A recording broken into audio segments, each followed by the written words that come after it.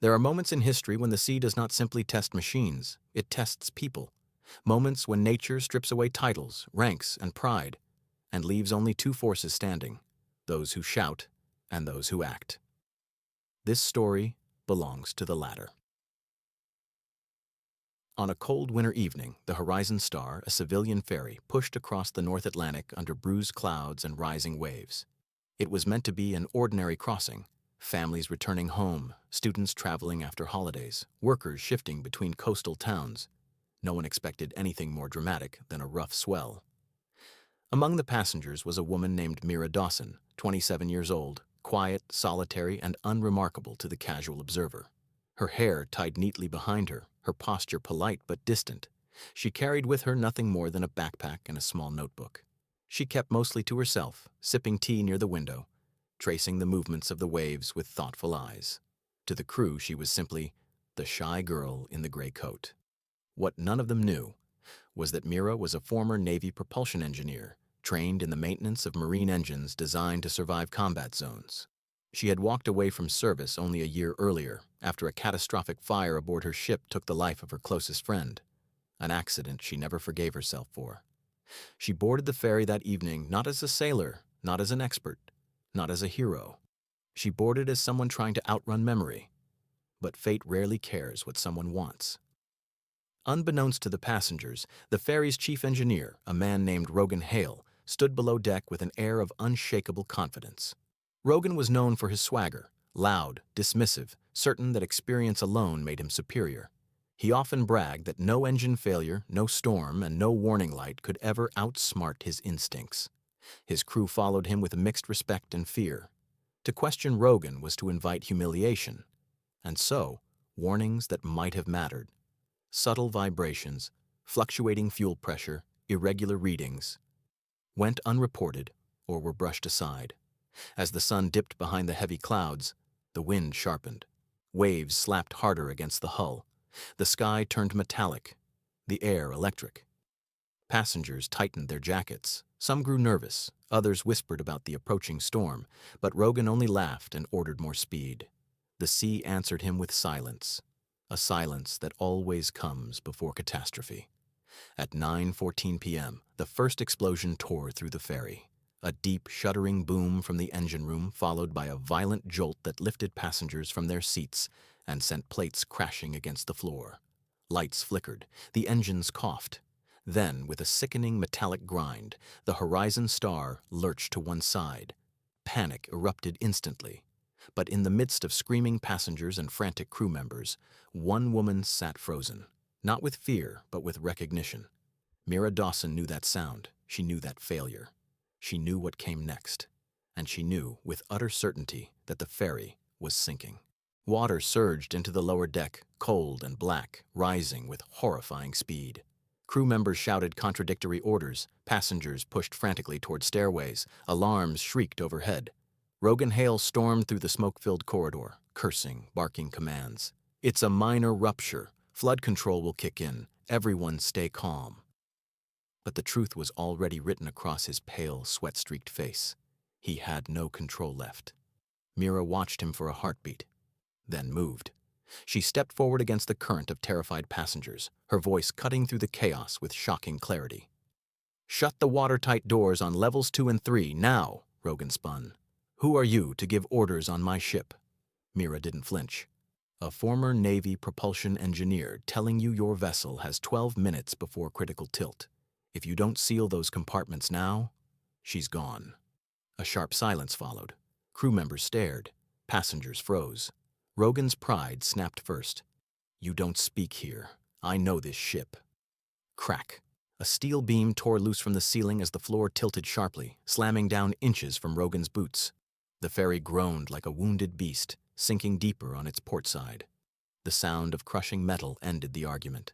Mira stepped past the stunned engineer, grabbing the emergency manual controls on the wall. Sparks rained down as she forced the valves closed. "Move!" she shouted at the crew. "Reinforce the bulkheads, shut the auxiliary intakes, divert power from the starboard battery line." Her commands were precise, rapid, undeniable. The crew obeyed her without question. Rogan's arrogance collapsed in the space of a breath, destroyed not by argument, but by action. He watched, speechless, as the shy passenger he had dismissed took control of his engine room with the authority of someone who had lived inside disaster before. Mira climbed down into the flooding compartment, icy water engulfing her legs, steam hissing around her. She grabbed the emergency release for the manual pumps and slammed it down. The ferry shuddered, then steadied. Slightly, but enough. A moment of impossible stillness followed. Passengers held each other. Crew members stared in disbelief.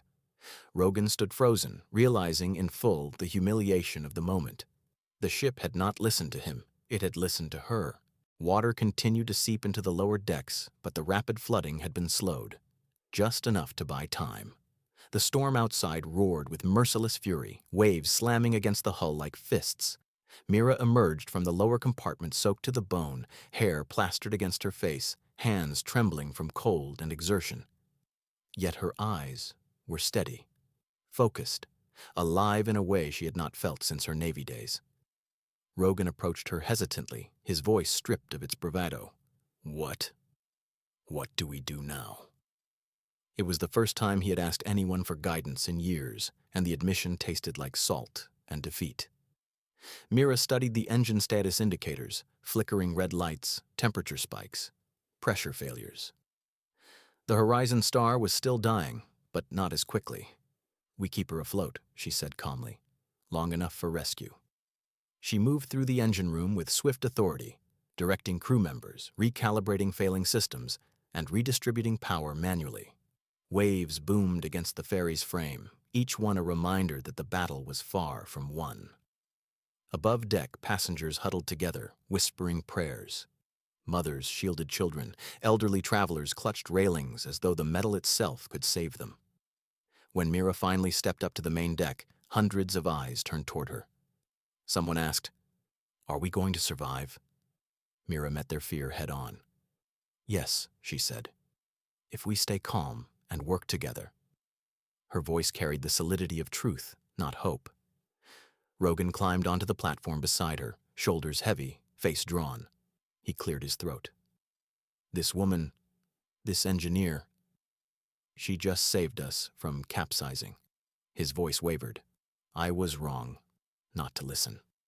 A ripple of shock passed through the passengers. For a man like Rogan, an apology was more unbelievable than the storm itself. Mira did not bask in his remorse. She simply nodded and focused on the task ahead. The ferry's emergency beacon had been activated. Rescue ships estimated 45 minutes to arrival. 45 minutes the Horizon Star might not have if the integrity of its hull continued to worsen. Mira knelt near the railing, studying the waterline. The vessel was still dipping lower than it should. She could read the sea like a book, and the book screamed danger. "We need counterweight," she said. "Shift the passengers to starboard, slowly. Balance the tilt." Rogan hesitated, but obeyed. Passengers moved carefully, guided by crew. Mira checked the readings again. Better, but not enough.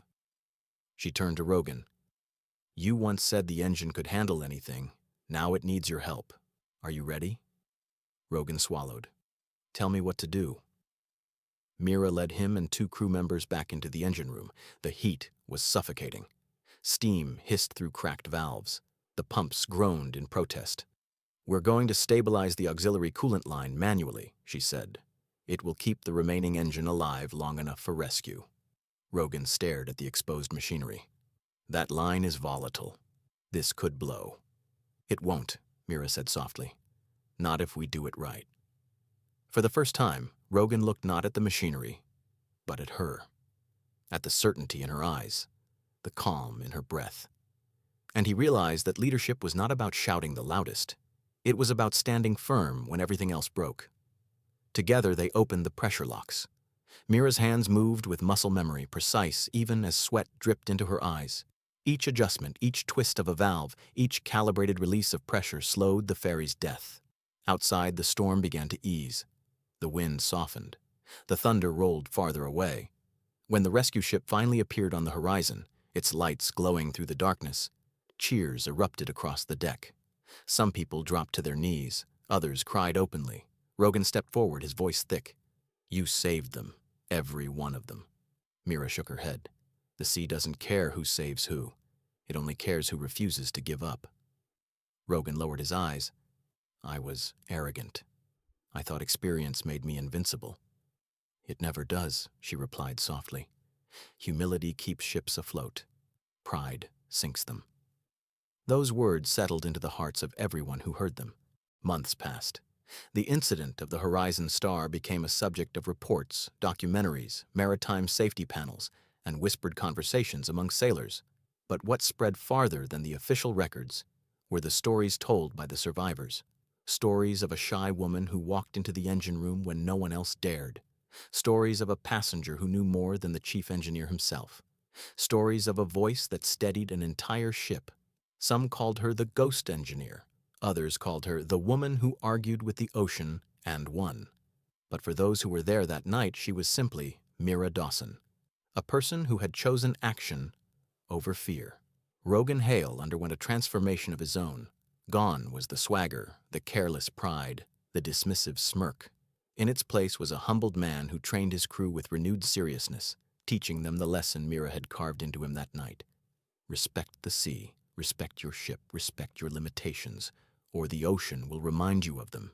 He never forgot her words. He repeated them to every trainee, every new mechanic, every sailor under his command. As for Mira, she disappeared quietly after the rescue, vanishing before the press could find her, before anyone could thrust unwanted praise upon her. She returned to a small coastal town and took a job repairing fishing boats.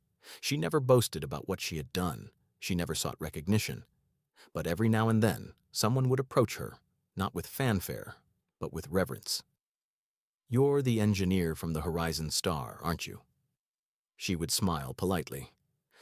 I'm just someone who was in the right place at the right time. But in the privacy of her heart, she knew the truth. For the first time since the Navy accident that had broken her, she had faced disaster and had not run. She had confronted her past, and instead of drowning in guilt, she had risen above it, like a vessel battered but still afloat. And so, the legend of the hidden Navy engineer lived on, not as a tale of heroism alone, but as a story about humility, competence, and courage emerging exactly when the world needs it most. On quiet nights, when the tide was calm and the stars hung low, Mira would sit on the old wooden pier, watching the water breathe, and she would whisper a line she believed with all her heart. The sea will always test you, but it rewards those who listen. Don't forget to like, comment, and subscribe for more powerful stories from Histofy.